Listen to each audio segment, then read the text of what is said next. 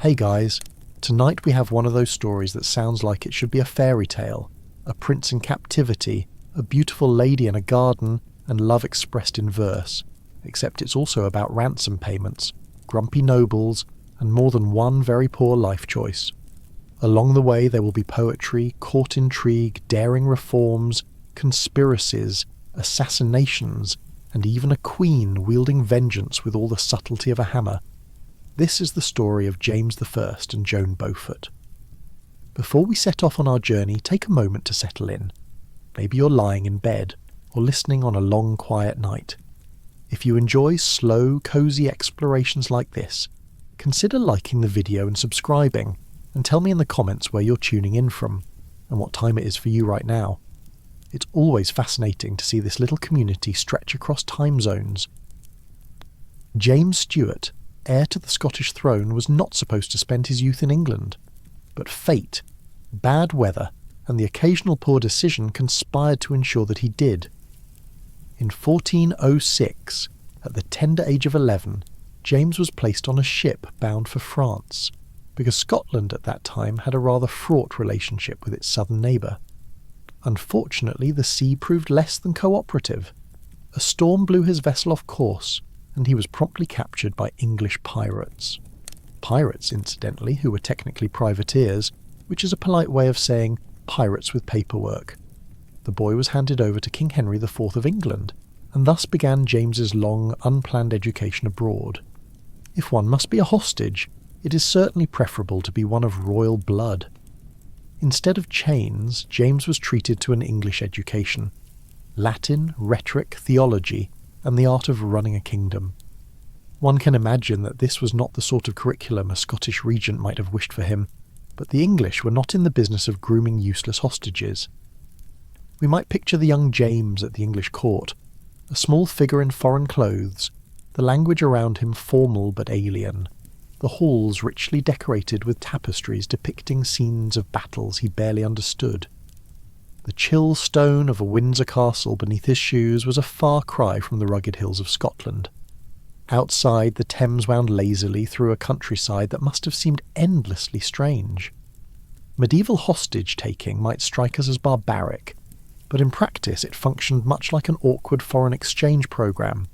Your kingdom gets to keep functioning without immediate war, while the neighbouring king gets to raise your child and instill in them just enough loyalty that, when the time comes, you'll regret it. It's like letting your teenager live with the neighbours who constantly brag about how much better their lawn looks. There is, of course, a kind of irony in James's capture.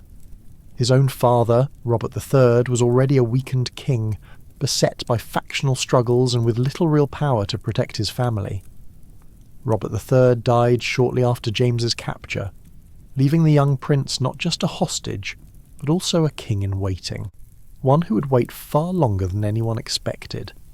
It is hard to imagine an odder start to a reign. To become monarch in name while spending the entirety of one's youth in someone else's court, learning lessons from the very people one was supposed to one day oppose. James Stuart had spent much of his young life staring through stone and iron, so it is no wonder that when the window finally gave him something other than sky or guards to look at, he noticed. Below Windsor's walls stretched a garden designed to remind everyone that nature could, in fact, be bullied into straight lines. Neat hedges, obedient roses, gravel paths that curved just enough to appear casual, but were, in reality, mapped out with military precision. The kind of garden that whispered, order, discipline, and don't you dare let the lavender grow wild. And there, walking among the hedges, was Joan Beaufort. The morning light caught on the dew, scattering it like gemstones across the petals, while the young lady's gown shifted with each step. Silk or velvet, no doubt, with colours deep enough to shame the flowers around her. She moved with the quiet grace of someone who knew people were watching, but had mastered the art of pretending she did not. For James, starved of new faces and beautiful scenes, it was like being handed a manuscript of poetry after years of copying account ledgers. Now, one must understand that falling in love at first sight in the 15th century required more decoding than you might expect. Clothing was less a matter of personal taste and more of a walking advertisement. Rich fabrics, jewelled girdles, embroidered hems, they all shouted louder than words. A ruby ring might declare family wealth, while a silk veil whispered good breeding. Jewellery especially did half the flirting for you. It was, in essence, a language of shimmer and stitchery. If you were clever, you could make quite an impression without opening your mouth, which, considering how many young nobles were trained more in jousting than conversation, was probably for the best. For James, the sight of Joan Beaufort was not just a pleasant distraction, it was an inspiration. A captive prince had little control over treaties, guards, or his own meals, but here was something he could dream about. Love, or at least the possibility of it, offered both a balm and a spark. It reminded him that life could be more than survival, that even within the tightest chains, the heart could still move freely. And so, in that instant, the prisoner looked down from his window, and the poet began to take over. After that fateful glimpse from the window, James Stewart did what most men in medieval captivity, with far too much time on their hands and far too few hobbies, might do. He turned to poetry. But not just any poetry. He began crafting what would become the Kingis Quair, a long allegorical poem that was part autobiography, part philosophical treatise, and part lovesick diary entry. Imagine the chamber where this happened. Candlelight wavering against stone walls, the quill's nib scratching its way through parchment that was probably far too expensive to waste on drafts. Courtiers' footsteps echoed distantly, guards coughed in the corridor, and James hunched at his desk, eyes alternately narrowed in concentration and glazed in infatuated distraction. Here, in his own words, modernised slightly so as not to require a medieval glossary, James describes that moment when he first saw Joan. Bewailing in my chamber thus alone, despairing of all joy and remedy.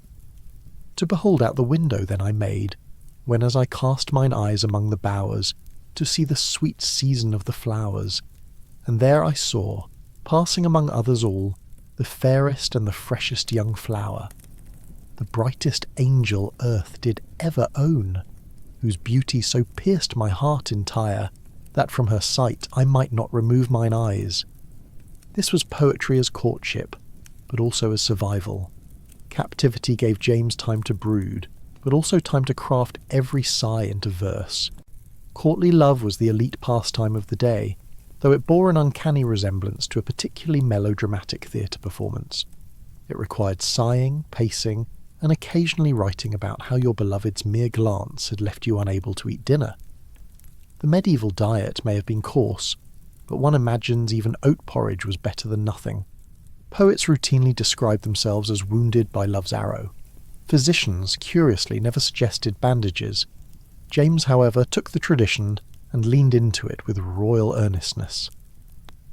Where another man might have written a quick ballad, James crafted an elaborate allegorical journey, weaving Joan into a tapestry of fate, fortune, and philosophy. This was not merely flirtation, it was branding. For James, the Kingis Quair was more than a lovesick poem. It was an assertion of identity, that even in captivity he was a king in spirit, a thinker, and a man of refined taste. Poetry gave him dignity, sharpened his wit, and perhaps most importantly impressed a certain lady who was beginning to notice him too. And so the boy who had entered captivity as a royal hostage emerged, in ink and imagination, as a poet king. Love in captivity is not like love in freedom. For one thing, there are guards, and for another, there are always far too many witnesses. If James and Joan had hoped for long, private walks through the gardens, they would be sorely disappointed. Courtship in the English royal household was not so much private romance, as it was a kind of group project in which every courtier felt they had a stake. Picture the corridors of Windsor or the Tower, high stone walls lined with tapestries that smelled faintly of dust and candle smoke, courtiers swishing past in their long gowns and doublets, servants hustling through with jugs of wine or trays of bread. There was very little space to manoeuvre, and absolutely no privacy. To exchange a glance across a crowded hall was already a bold move. To actually send a note or a small token, a ribbon, a flower pressed in parchment, required more subtlety than organising a military campaign.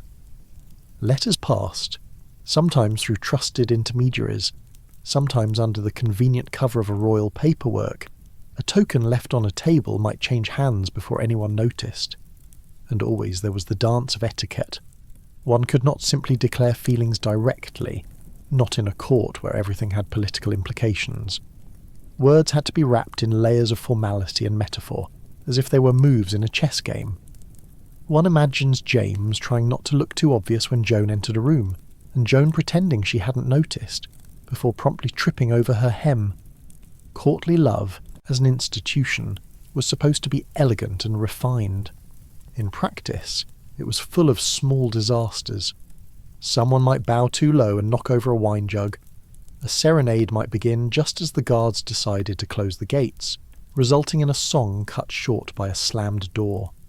Secret glances could be misinterpreted if delivered in the wrong direction. And of course, nothing says romantic intrigue quite like the sound of a chamberlain loudly clearing his throat, because you've been holding eye contact for longer than strictly necessary. And yet, love often thrives in constraint. James and Joan's romance was forged in this environment of constant supervision and small victories. Every smile returned, every carefully phrased letter received, every token exchanged became significant. Their patience, their subtlety, and their willingness to endure embarrassment only strengthened their bond. For James, love became another form of endurance, just as captivity had taught him patience. For Joan, it was a risk worth taking, and for both, it was a reminder that even under the tightest restrictions, affection finds a way, sometimes in a grand flourish, and sometimes in the quiet passing of a folded scrap of parchment under the nose of a very distracted steward. On the 12th of February, 1424, a chilly London morning found the streets of Southwark bustling with an unusual sense of ceremony. Inside St Mary Overy Church, now better known as Southwark Cathedral, a captive King of Scotland and the niece of a powerful English cardinal prepared to marry. It was not just any wedding. This was politics dressed up as romance, love wrapped in liturgy, and a financial deal disguised as holy matrimony. James Stuart, King of Scots, at least on parchment, though England had held him in protective custody for nearly 2 decades, finally saw his path home. Joan Beaufort, the bride, walked into the church knowing she was not only securing a royal husband, but also tying 2 quarrelsome kingdoms together, for better, for worse, and almost certainly for taxes.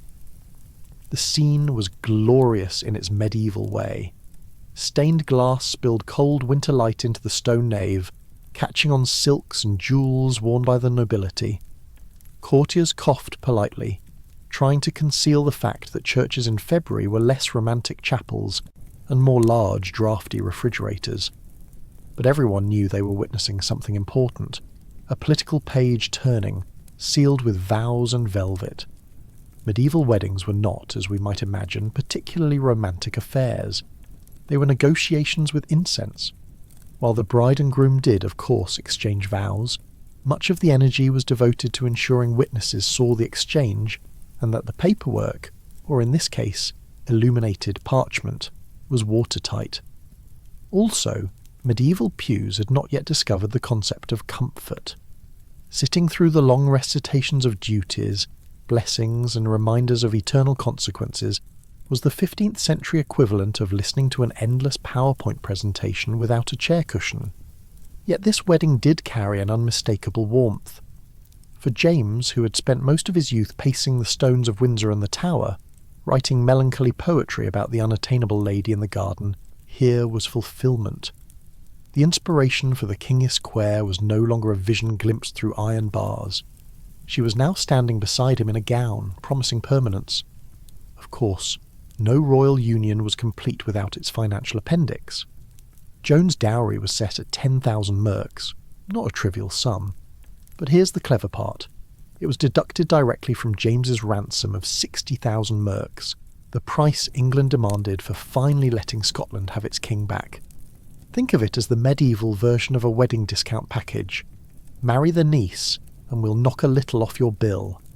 For Scotland, perpetually short on coin, and long on rebellious nobles, this was a small but welcome relief. For England, it ensured that Scotland's king would begin his reign already in their debt, both financially and politically.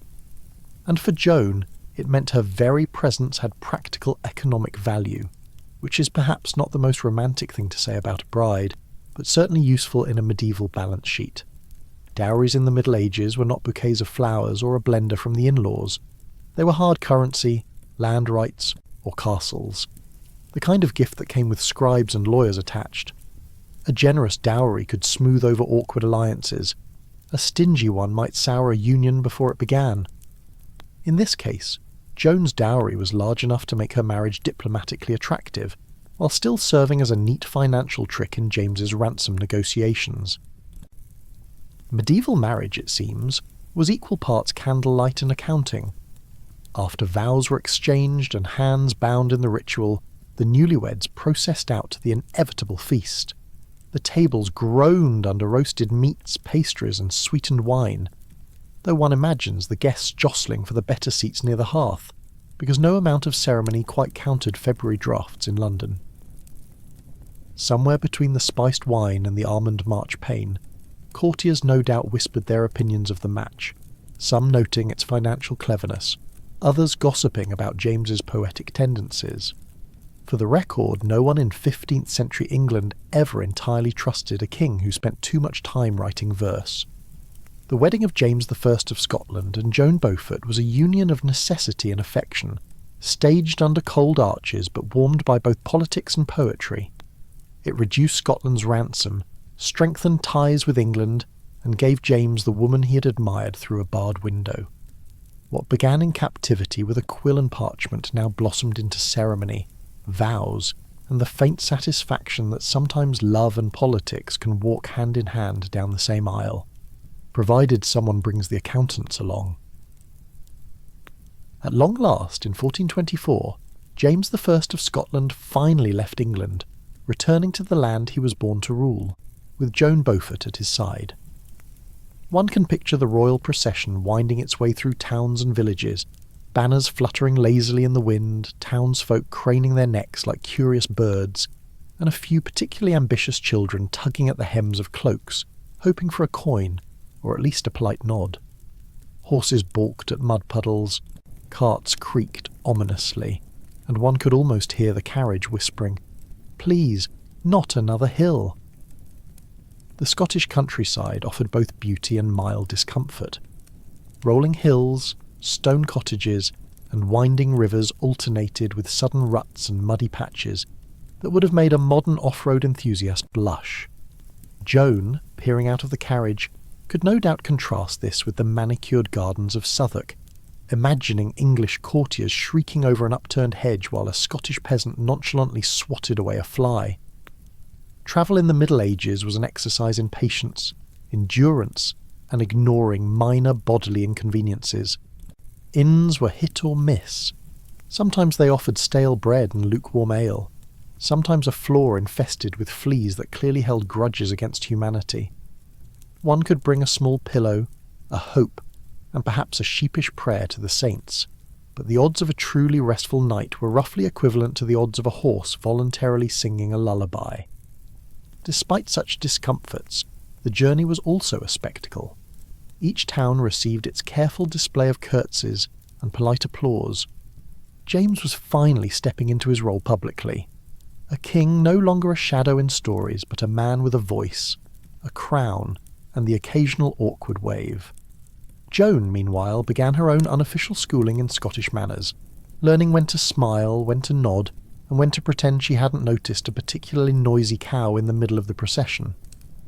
There is something quietly charming in a royal journey slowed by weather, mud, and the occasional mischievous child. It is a reminder that kings and queens, despite the trappings of power, are subject to the same minor inconveniences as their subjects: cold feet, stiff backs, and the delicate art of holding a cup of ale without spilling it on one's sleeve. The journey was more than relocation. It was ceremonial and symbolic. Every creaking wheel and gust of wind announced the arrival of a king tempered by captivity, strengthened by patience, and accompanied by a queen learning the subtle choreography of her own authority. Travel, like governance, required attention, humour, and the occasional exasperated sigh. Joan Beaufort arrived in Scotland with a mixture of excitement and mild terror. Excitement at the adventure, and mild terror at imagining the cold stone corridors, draughty towers, and peculiar habits of Scottish nobles. The climate alone was enough to inspire caution. Edinburgh winds that could strip a hat from the most determined head, and rivers that whispered rather ominously, "You will step in me, eventually." Adjusting to court life was no small task. New language, new customs, and a new formality greeted Joan at every corner. Every nod, every curtsy, every subtle smile was a small test, like an elaborate game where the rules changed with the mood of the monarch. One misstep could result in embarrassment. One correct flourish might earn a discreet whisper of approval. Scottish fashion offered its own challenges. Wool was thick and warm but scratchy, perfect for surviving winter, but less so for polite conversation. Shoes were practical, boots were sturdy, and cloaks billowed dramatically in the wind, often tripping a passing noble or two. Joan may have found herself laughing quietly as a footman struggled with his cape, much as we might chuckle today at someone wrestling with a modern-day umbrella in a storm. Her domestic influence was subtle, but real. Kitchens smelled of smoky hearths. Busy servants bustled with an efficiency born of necessity rather than choice, and the clatter of pans provided a soundtrack to diplomacy and domesticity alike.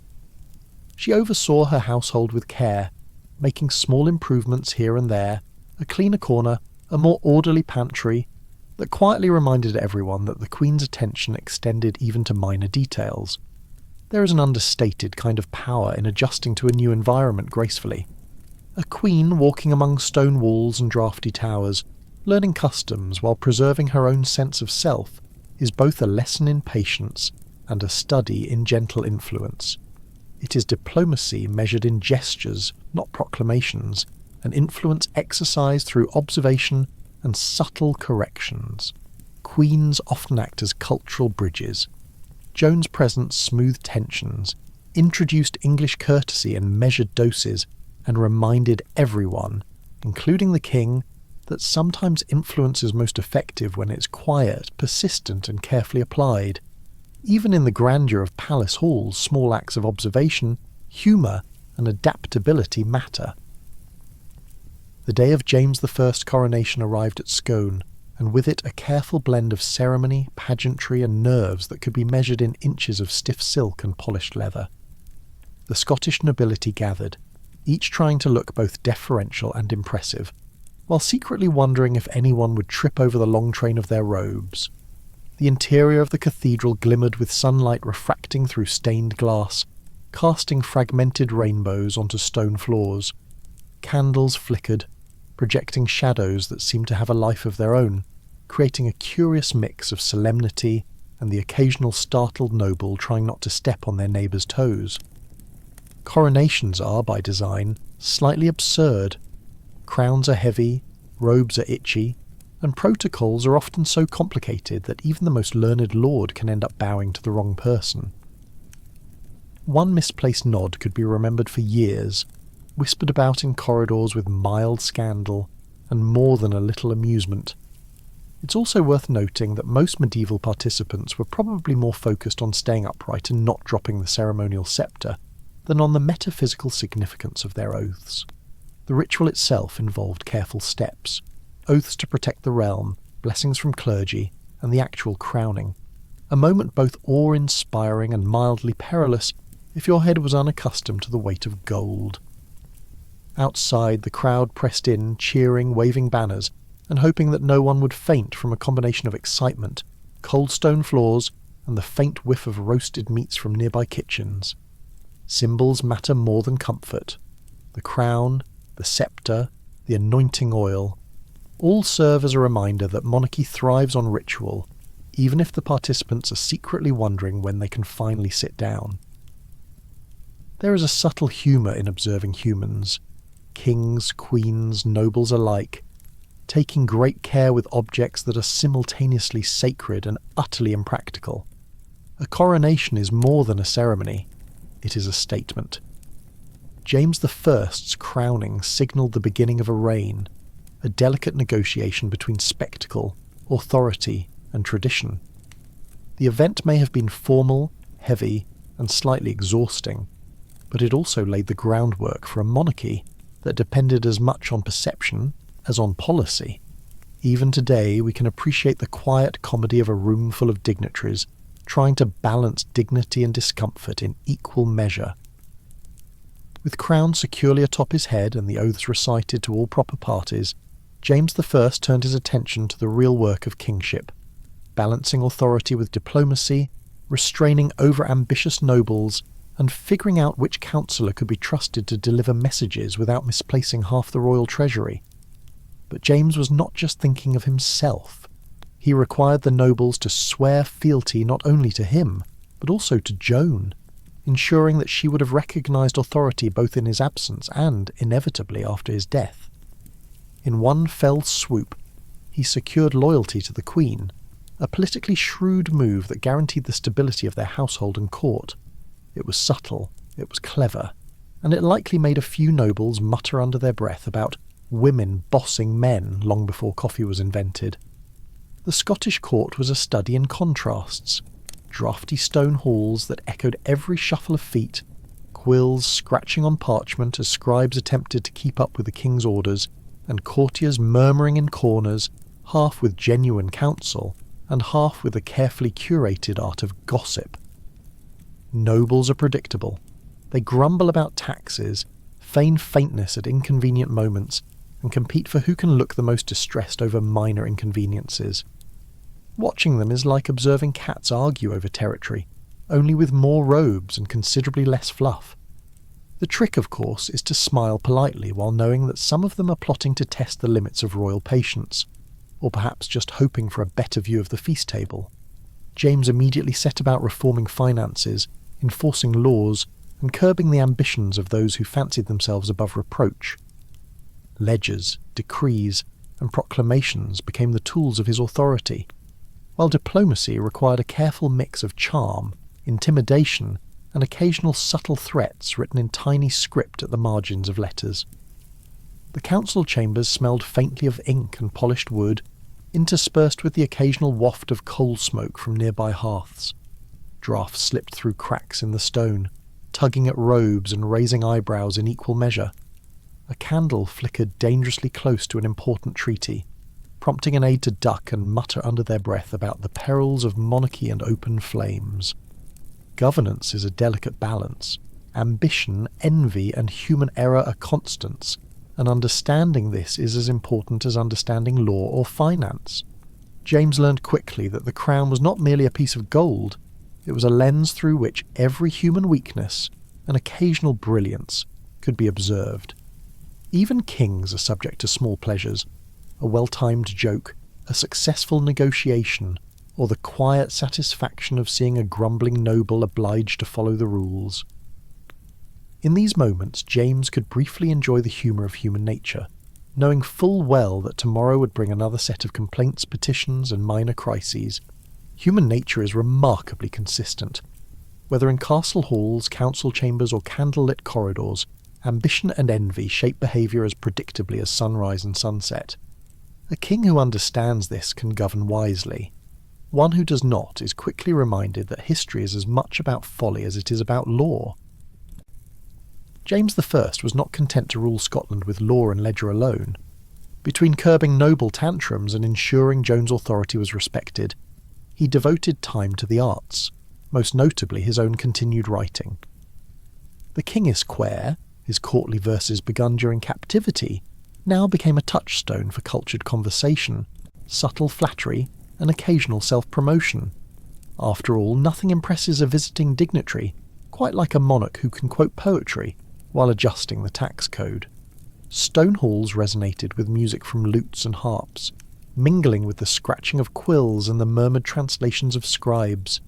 Tapestries depicted battles, hunts, and occasionally a royal cat sleeping atop a throne. Whether factual or fanciful, these embroidered scenes offered subtle amusement.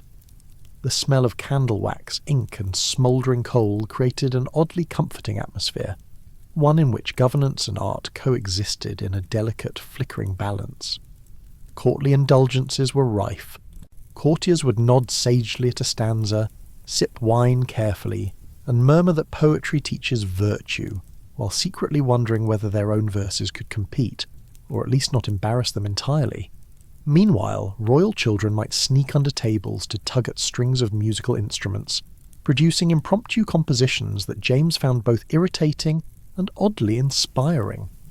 James encouraged poetry, music, and storytelling throughout the court. Banquets became a blend of ceremonial display and creative exercise. A minstrel might accompany a recitation of the Kingis Quair, while a scribe quietly annotated the subtle references to courtly love, personal longing, and diplomatic insight. James, ever mindful of appearances, balanced these pursuits with the day-to-day demands of ruling, dispatching orders, attending council meetings, and occasionally reminding an overzealous noble that flattery was better expressed in words than in extravagant gifts. Blending culture with duty strengthened authority. James understood that art was not frivolous. It shaped minds, eased tensions, and subtly reinforced hierarchy. Poetry could instruct, amuse, and even warn, all while keeping the sovereign's intellect visibly sharp. In a world where nobles constantly tested limits, a king who could wield a quill as deftly as a sword had a distinct advantage. It's worth noting that the occasional humorous mishap always accompanied courtly creativity. A candle might drip wax onto an unfinished sonnet, or a harp string might snap mid-performance. James, with wry patience, would nod thoughtfully, as if these small disasters were philosophical lessons about life, governance, and the inevitability of human error. Sometimes poetry teaches more than law, and sometimes it simply reminds everyone present that even kings are human, capable of distraction, delight, and occasional exasperation. In the quiet corners of candlelit chambers, James I found the intersection of intellect, ambition, and amusement, a trifecta that would define both his reign and his legacy. Joan Beaufort stepped into her new role with the grace of someone who had practiced curtsies in front of her mirror for years, but also the cunning of someone who understood that managing a medieval court was as much about patience as charm. She oversaw the royal household, attended to her children, and cultivated alliances, both domestic and international. Births of heirs brought joy, exhaustion, and the occasional minor catastrophe. A wet nurse spilling soup on royal robes, a toddler pulling a cat's tail, or a nanny misplacing an infant's rattle, later found in the treasury among coins. Edinburgh's stone palaces were draughty, bustling with servants scurrying to light braziers, refill ink pots, and fetch the next meal. Sunlight streamed through narrow windows, falling on tapestries depicting ancestral triumphs and hunting scenes. The smell of burning peat mingled with linen and spilled ale, a combination both comforting and mildly alarming to anyone expecting pure luxury. Courtyards were alive with activity. Chickens clucked, pages tripped over their own feet, and Joan navigated the chaos with practiced ease. Adapting to Scottish manners required both tact and humour. Joan learned quickly that footwear could be political. Removing shoes indoors might offend a conservative noble, while leaving them on risked a messy floor. And the ale. Scottish ale was potent, generously poured, and taken seriously. One misjudged sip, and a visiting dignitary might find himself rather too candid about his opinions on the king's poetry or taxes. Joan's influence extended quietly but decisively. She supervised domestic management, ensured that royal children were educated, and subtly shaped diplomatic relations through her social skills. She patronised the arts, attended councils with James, and reminded him when a noble's complaint was more about personal vanity than genuine grievance. Her presence was both stabilising and humanising, an anchor amidst political currents and courtly theatrics. Leadership is exercised in both grand and mundane tasks. Joan's authority stemmed not only from her marriage, but from her ability to manage the kingdom's domestic heartbeat. The kitchens, nurseries, correspondence, and ceremonies. The queen consort, often underestimated, wielded power with a combination of charm, intelligence, and occasionally dry humour at the absurdity of courtly life. There were quieter moments too. Joan might sit by the window, sipping weak wine and observing the courtyard chaos with a small private smile. A cat perched on the ledge, a page tripped on the stone steps, and a bird strayed into the hall. Simple, domestic interruptions reminding her that, despite politics and palace intrigue, life went on in manageable, often amusing ways. In shaping the daily rhythm of court life, Joan exemplified a different form of authority. Her influence was subtle, continuous, and effective. Where kings exercised power visibly, queens exercised it invisibly, steering household and polity alike with a steady, if often underappreciated, hand. James I, having returned to Scotland with his queen, and the dignity of a man who had survived English captivity, set about strengthening his monarchy. Law, finance, and royal prerogatives were no longer optional suggestions. They were expectations enforced with varying degrees of charm and intimidation. The treasury needed filling, and the nobility, long accustomed to independence and local fiefdoms, were suddenly asked to contribute more than gossip and bribes. Fortified castles and council chambers echoed with the scratch of quills on parchment, the occasional thud of coins being counted, and the murmured exclamations of uneasy nobles. Stone halls were draughty, but they carried the sound of royal commands with startling clarity.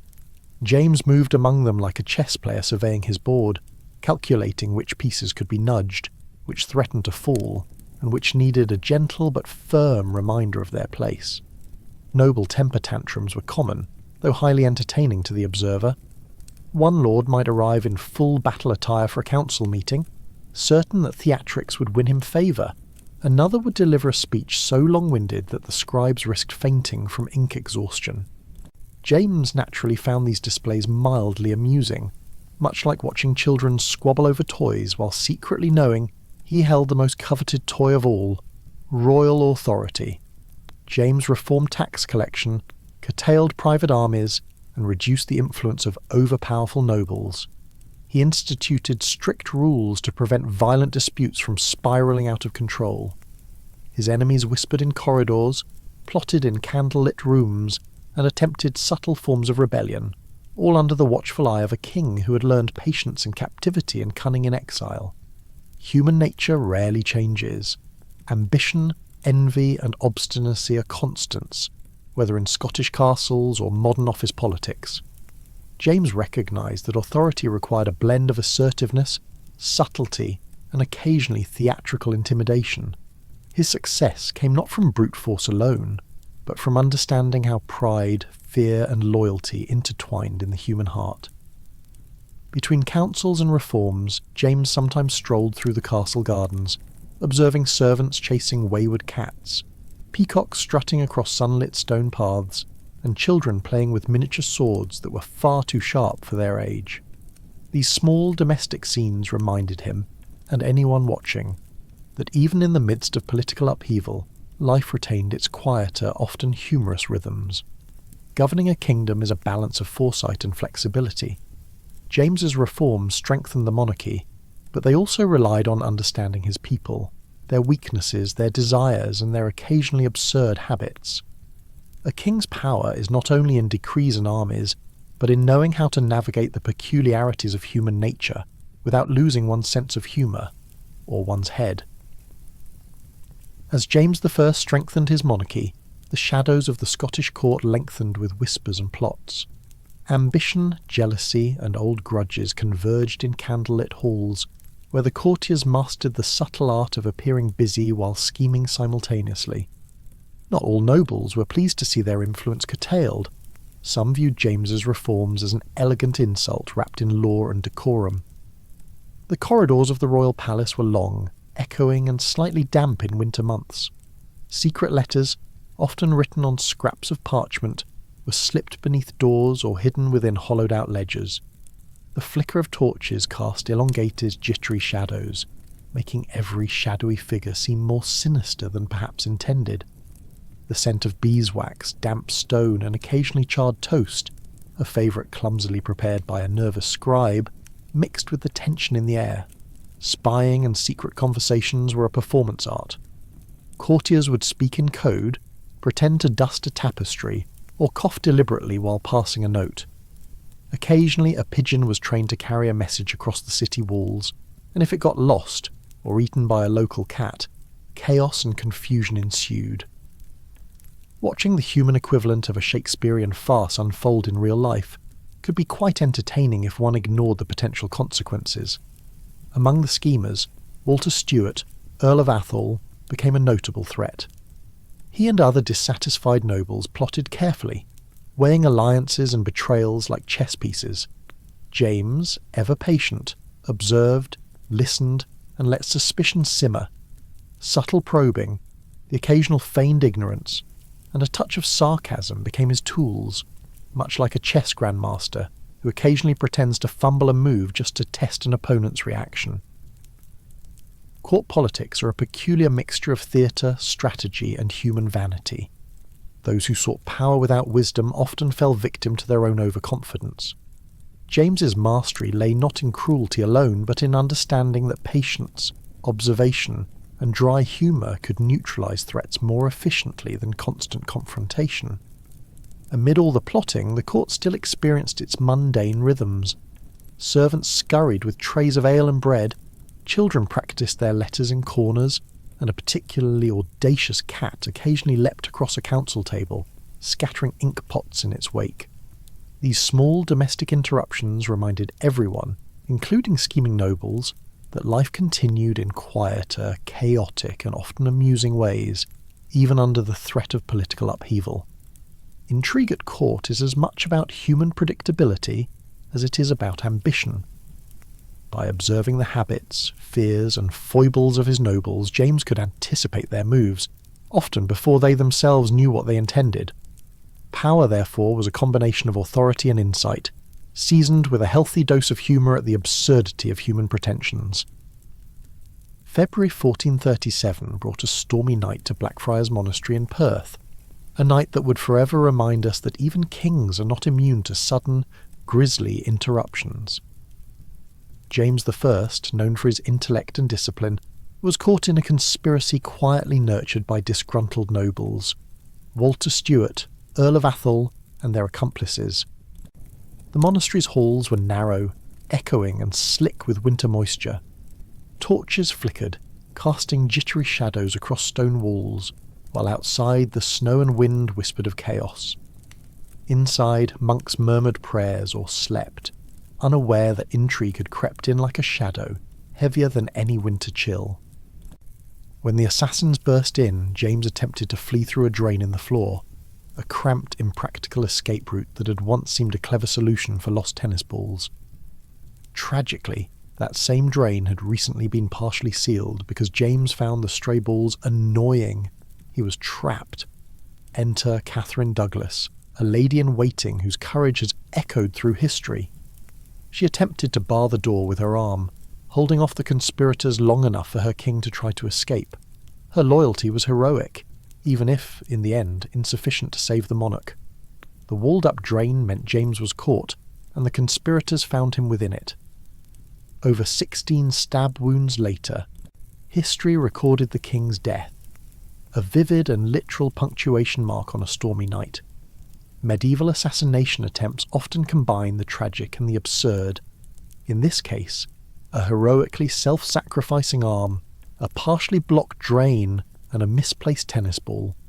One might say that ambition, treachery, and lost sporting equipment collectively shaped history in unexpected ways. Even conspirators cannot control fate or plumbing decisions. Amid the violence, ordinary life carried on with stubborn resilience. Cats darted across corridors, oblivious to human scheming. A candle wavered dangerously, sparking on the stone floor, briefly illuminating the scene with a comical ghostly glow. One could almost imagine the animals thinking, humans are dramatic as always.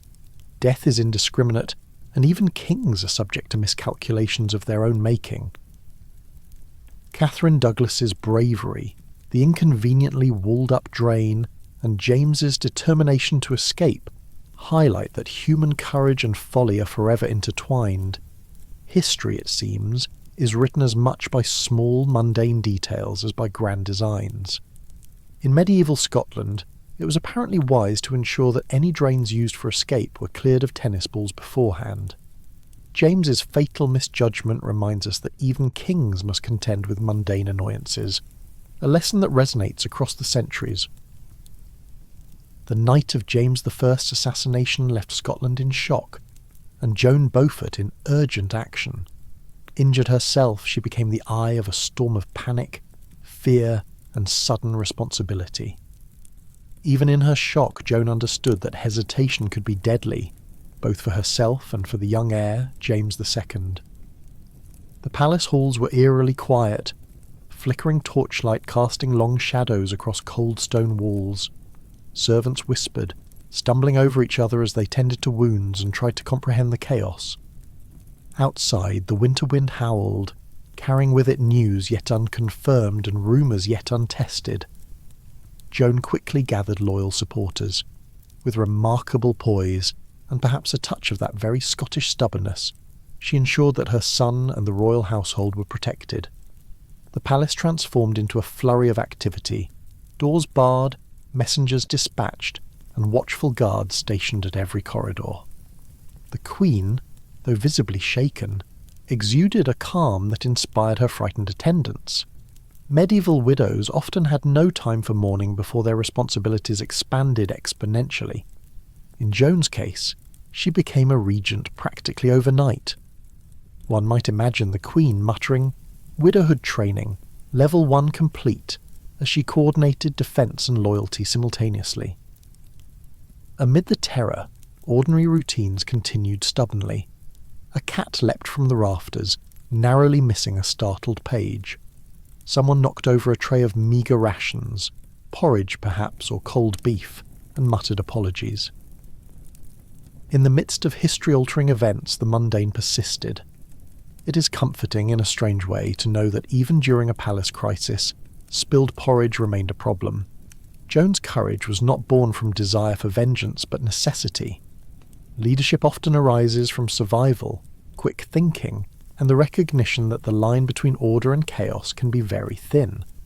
Her actions ensured continuity for the Scottish crown and protection for her son, whose young shoulders would soon bear the weight of kingship. History remembers Joan as a steadfast and capable regent, but it is worth noting, in medieval Scotland, surviving an assassination was only slightly easier than teaching toddlers to bow correctly in a ceremonial hall. Both required patience, speed, and the occasional sharp word. Joan Beaufort's grief was sharp, but it quickly hardened into purposeful action. The conspirators who had murdered her husband, Walter Stewart, Earl of Atholl, and their accomplices, could not simply vanish into history without consequence. Scotland, after all, had a peculiar way of balancing justice with spectacle. The streets of Perth were crisp with February chill, sunlight glinting off frost on the cobblestones.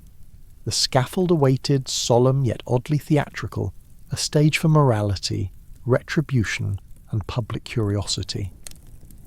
Citizens gathered, their breath rising in white clouds, craning to see history unfold. Servants and guards bustled, ensuring the conspirators were presented in a fashion that combined efficiency with maximum drama. The capture of the assassins was swift but precise. Joan oversaw the proceedings with remarkable composure. Orders were given, chains clinked, and a line of nobles and officials moved to witness the consequences of betrayal. Executions were carried out publicly, a grim reminder that monarchy and justice was not to be trifled with. Public executions in medieval Scotland could be simultaneously terrifying, tedious, and oddly educational. Townsfolk often treated them like a festival of morality, vendors selling warm ale and bread, children craning for a view, and an unspoken social lesson in the risks of hubris and political scheming. Joan, of course, likely kept a mental checklist. Ensure fairness, maintain order, and do not trip on the cobblestones. Even amid vengeance, mundane human moments persisted. A guard misplaced his torch. A hound barked at an inopportune moment, and someone's muffled cough echoed ominously across the square. History, it seems, rarely stops to wait for perfect timing. Joan's actions were both personal and political. Vengeance was a declaration of authority, a stabilization of power, and a moral lesson wrapped in steel and ceremony. Human nature remained predictable. Ambition and envy demanded reminders of consequences. In orchestrating justice, Joan transformed grief into governance, ensuring her late husband's legacy and her son's security would endure. One might imagine Joan, observing from a discreet balcony, noting that administering justice is remarkably like balancing a ledger. Every debt paid, every slight accounted for, though the consequences are far less pleasant to itemise. When James lay in his grave and the conspirators swung from the scaffold, Joan Beaufort found herself not merely a widow, but the mother of a very small king. James II was 6 years old, possessed of little authority beyond an imperious way of demanding sweetmeats, yet already Scotland's monarch. Joan was Queen Regent in all but name, and her task was clear: keep the throne steady until her son could reach it without falling off. Edinburgh Castle became the heart of her efforts. Within its walls the smell of peat smoke clung to tapestries, courtiers scurried in and out with petitions, and tutors droned through lessons while the young James fidgeted and plotted minor rebellions of his own. Outside, the city bustled with merchants and clergy, and further still, nobles brooded in their own castles, still chafing under the memory of James I's reforms. Joan presided over council meetings where bearded men debated taxes with the seriousness of saints, but the manners of quarrelsome uncles. She signed documents, weighed correspondence, and maintained alliances, all while overseeing her children's education.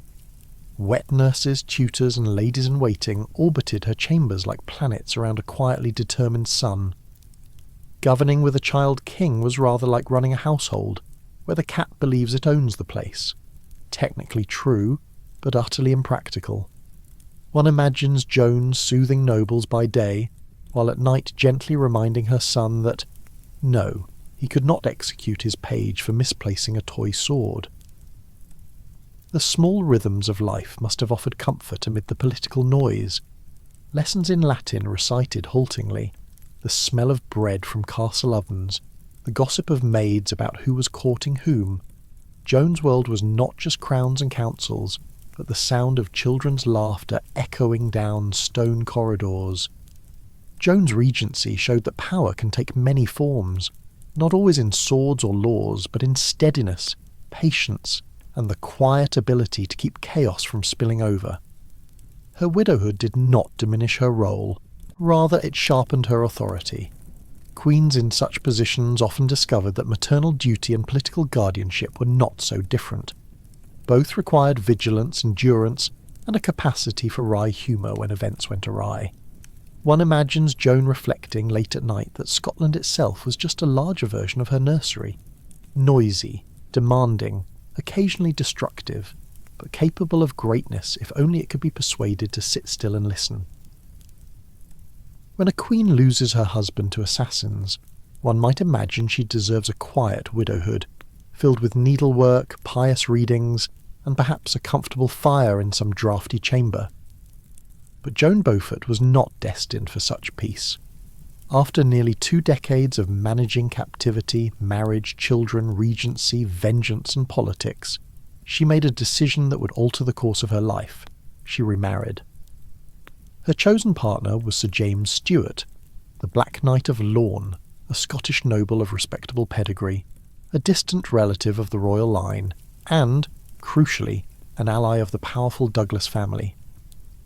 Their marriage, conducted in July of 1439, was as much a political manoeuvre as it was a personal alliance. Joan, who had once ruled as regent and queen mother, must have hoped to strengthen her position in a court increasingly dominated by factions. But as often happened in medieval politics, the move backfired spectacularly. At first, the union raised eyebrows more than outright fury. Widows, even royal ones, did remarry. Practicality often outweighed sentiment. Castles needed defending, sons needed allies, and survival required partnerships. Still, Joan's remarriage carried an air of danger. It looked less like a prudent widow securing support, and more like a desperate queen grasping at dwindling influence. Imagine it! The echoing chambers of Edinburgh Castle, courtiers whispering like a swarm of bees, parchment letters hurriedly sealed and dispatched, and Joan herself moving through these stone halls, aware that every step, every gesture, every rumour now carried political weight. Outside, the damp Scottish summer clung to the castle walls, banners dripping in rain, while the real storm brewed indoors. That storm came swiftly. Alexander Livingston, the governor of Scotland and one of the most powerful men of the realm, struck decisively. He arrested Joan and her new husband, forcing her into a humiliating position. The custody of her young son, King James II, was stripped from her hands and delivered instead into Livingston's control. In the space of weeks, Joan had gone from Queen Mother and Regent to a sidelined figure, politically diminished, her authority severely curtailed. It is worth pausing here to note that medieval widows were in an impossible position. If they remained unmarried, they risked being politically irrelevant or vulnerable. If they remarried, they risked alienating powerful factions who interpreted every move as an attempt to grab influence. And heaven forbid the poor woman chose for love, for that was rarely considered a sensible motive when crowns and castles were at stake. The chroniclers, of course, delighted in sniffing scandal, and one can almost hear the dry scratching of their quills.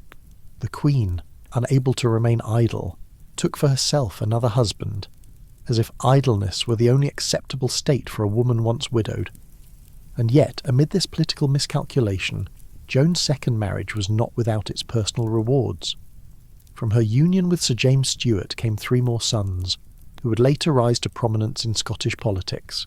They would become the Stuarts of Lorne, future movers and shakers in their own right, part of that endlessly complicated web of Scottish nobility, where half the players seem to be related to each other by blood, marriage or both, and usually quarrelling anyway.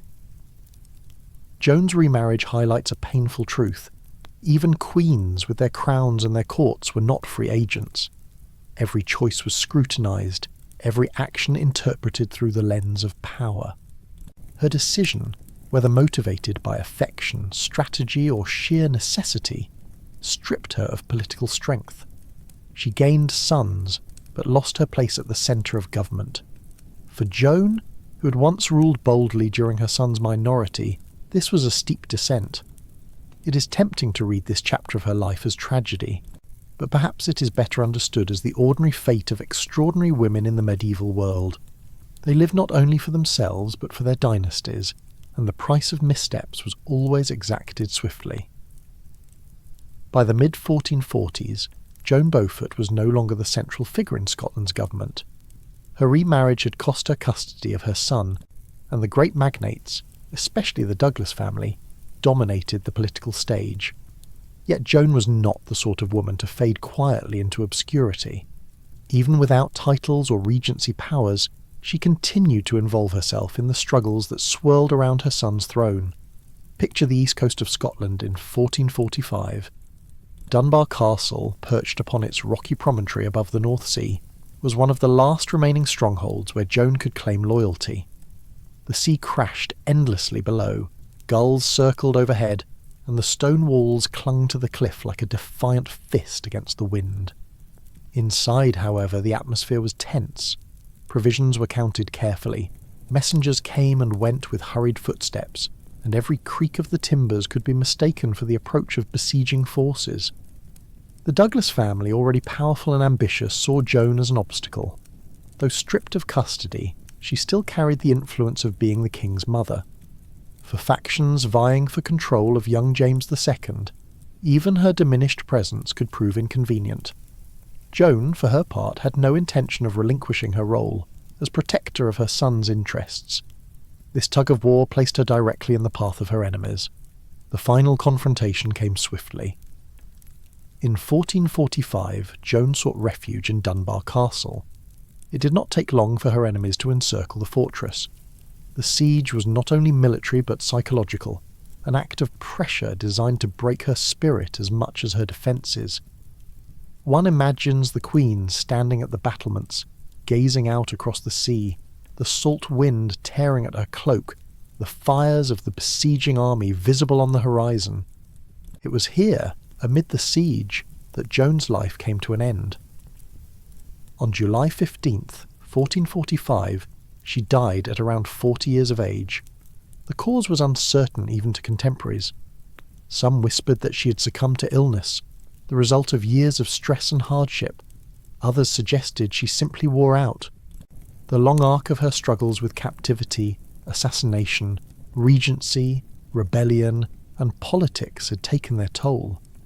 The chroniclers, as ever, recorded her death with brevity, leaving us with little more than speculation. Joan was buried alongside her first husband, King James I, in the Carthusian Priory at Perth. The symbolism is poignant. She had remarried and borne more children, but in death she was returned to the side of the king with whom her fate had been most closely entwined. From an English princess to a Scottish queen, from regent to widow, from power to peril, her story came to rest beside the man whose murder had shaped her life's course. Joan's death was not marked with the grandeur one might expect for a Queen of Scotland. There were no great processions, no triumphant epitaphs. Instead, her passing was quiet, almost swallowed by the political noise of her son's minority. Yet her influence lingered in her children, James II, who would grow into his kingship, and the sons of her second marriage, who would carry on the Stuart name in turbulent times. In the end, Joan Beaufort's life was a study in resilience. She endured captivity, seized the mantle of regency, fought for her son's throne, and paid the price for her decisions. If she was not remembered as a saint or a legend, she was remembered as something perhaps more human, a woman who strove, struggled, miscalculated, and persevered in a world that rarely allowed queens to write their own destinies. When the curtain finally falls on James I and Joan Beaufort, one is left not with a tidy epilogue but with a tangle of impressions. A poet-king cut down in a drain, and a queen who married twice, schemed often, and fought to the bitter end. History, being ever the opportunistic storyteller, smooths the rough edges and paints them in heroic colours. But let us resist the temptation to embroider. They were in truth magnificently human. James I was remembered, and sometimes even revered, as the poet-king. His Kingis Quair still whispers from vellum, filled with lovesick sighs and carefully crafted rhymes about the girl he once glimpsed from a window. It is touching to imagine a captive prince turning imprisonment into verse, though had he lived longer, one suspects he might have traded quills for more practical tools like ledgers and gallows, which he certainly did not hesitate to use when alive. And yet there was brilliance in him. He sought to reform Scotland, to trim the wings of unruly nobles to strengthen the crown. Tragic victimhood fits him as well, for his ambition brought daggers to his chamber and conspirators to his drain. Joan Beaufort was no quiet consort. She loved with intensity, avenged with steel, and pursued her children's welfare long after her husband's body was cold in Perth.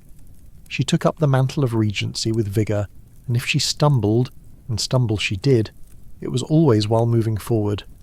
Even her second marriage, ill-judged as it proved, was the act of a woman unwilling to stand idle in the storm. She was remembered in Scotland not as a saint but as a force of nature, loyal, calculating and unrelenting. Her end at Dunbar was quiet, but her life was anything but. From James and Joan came the Stuart line, that dynasty of highs and lows, triumphs and disasters. Their descendants would sit on the Scottish throne, and eventually the English one, producing monarchs as varied as Mary, Queen of Scots, tragic and glamorous, and James VI and I, who believed witches lurked behind every hedge. One might say brilliance and catastrophe were baked into the bloodline, a genetic legacy as much theirs as their poetry or their penchant for vengeance. It is a curious thing how chroniclers tidy up their subjects. James becomes the doomed poet, Joan the steadfast mother. It makes for a pleasing morality play, but it leaves out the awkward parts. James's heavy hand with rebellious nobles, Joan's political miscalculations, the awkward dinners where alliances frayed. The The truth is that they were not marble statues. They laughed, they quarrelled, they schemed, they erred. Which is precisely why they are so interesting. If their story holds a lesson, it is not some neat maxim about love conquering all or justice inevitably triumphing. It is instead a tapestry woven of love and ambition, vengeance and endurance. They remind us that even across 6 centuries the human heart beats in much the same rhythm, falling in love at a glance, plotting against rivals, grasping at power, fearing betrayal. The trappings of castles and crowns may have changed, but the storms within remain constant, and so, James and Joan, the poet king and the warrior queen, pass into history, leaving behind both verse and bloodlines. Their tale, like all human tales, is not tidy. It is messy, brave, foolish, tender, and relentless, which is, one supposes, what makes it worth staying awake to remember. And now, as our tale winds down and the torches dim across stone corridors, it seems only fitting to linger a while in the very words that James himself left behind. Here, in his own words, modernised slightly so as not to require a medieval glossary, while keeping the original meaning and rhythm as much as possible. The Kingis Quair. Lamenting in my chamber all alone, despairing of all joy and any cure, tired of my thoughts and overcome by woe, I went up to the window quickly to see the world and the people walking by, even for just that moment, though I had no more of life's joys, to watch them did me good. Now there was, right beside the tower's wall, a fair garden, and in the corners were set green bowers, with long and slender branches woven all around, and with trees so well placed and hawthorn hedges so tightly knitted that no person walking by could hardly spy anyone within it. So thick were the boughs and the green leaves that they shaded all the pathways that were there, and in the middle of every bower could be seen the sharp, sweet green juniper, growing so beautifully with branches here and there that, as it seemed to a person outside, the branches spread all over the bower, and on the small green twigs sat the little sweet nightingale, and sang so loud and clear the sacred hymns of love's ways, now softly, now loudly, that all the garden and the walls echoed right with their song and the next stanza of their sweet harmony. And look, the text, "Worship you who are lovers, this month of May, for the beginning of your happiness has begun, and sing with us. Away, winter, away. Come, summer, come, the sweet season and sun, awake for shame. You who have won your heaven, and amorously lift up your heads, all of you. Thank love that was pleased to call you to his mercy." When they had sung this song for a little while, they paused, and then, unafraid, as I watched and cast my eyes downward, from branch to branch they hopped and they played, and freshly, in their bird-like way, they smoothed their new feathers and preened them in the sun, and thanked love that had won them their mates. This was the clear meaning of their song, and with that I thought to myself, what kind of life is this that makes birds so utterly devoted? What can this be? How does it come about at all? What need is there for it to be so dearly bought? It is nothing, I believe, but a pretended joy, and what people choose to feign as happiness. Again I would think, O Lord, what can this be? That love is of such noble power and nature, loving his people, and such prosperity comes from him as we find in books. Can he set our hearts free and bind them? Does he have such mastery over our hearts? Or is all this just a false fantasy? For if he is of such great excellence, that he takes care and charge of every person, what wrong have I done to him, or what offence, that I am enslaved, and birds go free, since he could inspire my courage to serve him? And if he is not so, then I may say, what makes people chatter about him in vain? I can find nothing else, except that he is Lord, and like a god may live and reign, to bind and release, and make captives free. Then I would pray his blessed kindly grace, to enable me for his worthy service, and always to be one of those to truly serve him in good times and bad.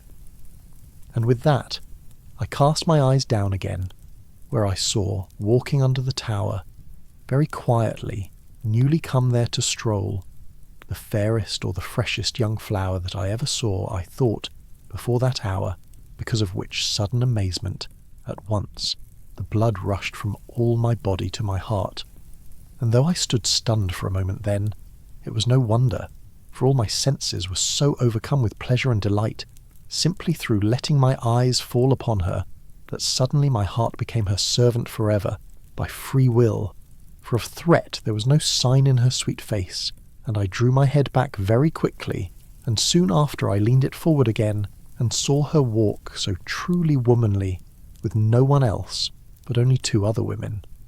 Then I began to ponder within myself and say, "Ah, sweet one, are you a worldly creature, or a heavenly being in the likeness of nature? Or are you God Cupid's own princess, and have come to release me from my bonds? Or are you truly nature, the goddess, who has painted with your heavenly hand this garden full of flowers as they stand? What shall I think, alas? What reverence shall I offer to your excellence? If you are a goddess, and you choose to cause me pain, I cannot escape it. If you are a worldly being who makes me sigh, why did God choose to make you so, my dearest heart, to make a poor prisoner thus hurt, who loves you completely, and knows nothing but woe, and therefore mercy, sweet one, since it is so? When I had moaned a little while, lamenting my misfortune and my fate, not knowing how or what was best to do, so far had I fallen into love's dance, that suddenly my understanding, my composure, my heart, my will, my nature and my mind was completely changed into another kind.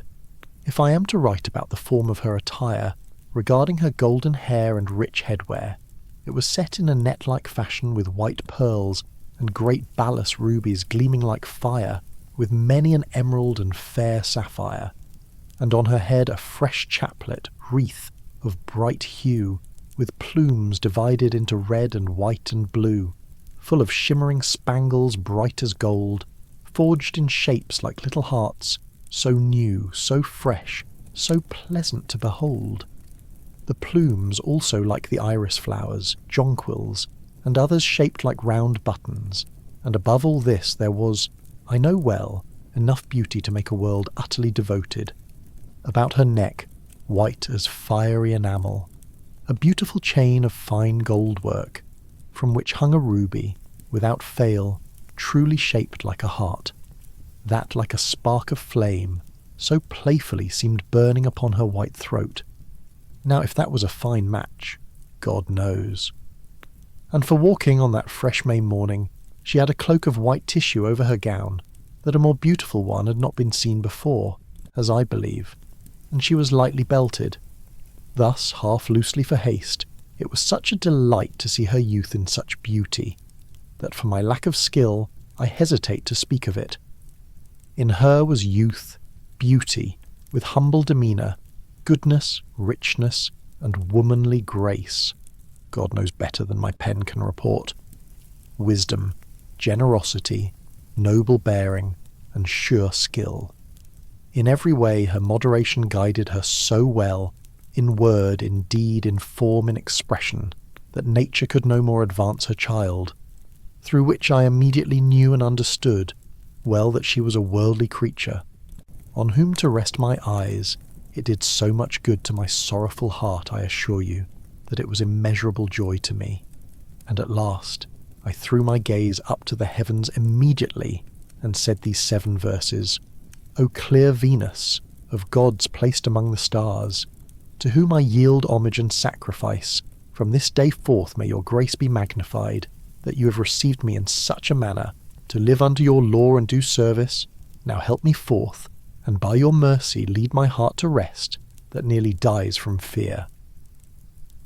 And that, dear listener, brings us to the end of tonight's story, a tale of poetry, politics, and perseverance, told at the sort of pace designed less for note-taking and more for nodding off. If you've somehow managed to stay wide awake through all of this, then well done. Your stamina is greater than most medieval monarchs could claim. If, on the other hand, you're hearing this in that gentle, half-aware state, where history is already mingling with dreams, that's perfectly fine too. Either way, thank you for keeping me company. If you'd like more slow wanderings through the past, you know what to do, subscribe, or simply return the next time sleep is being difficult. Until then, may your tapestries be free of moths, your chess opponents merciful, and your drains unobstructed. Good night.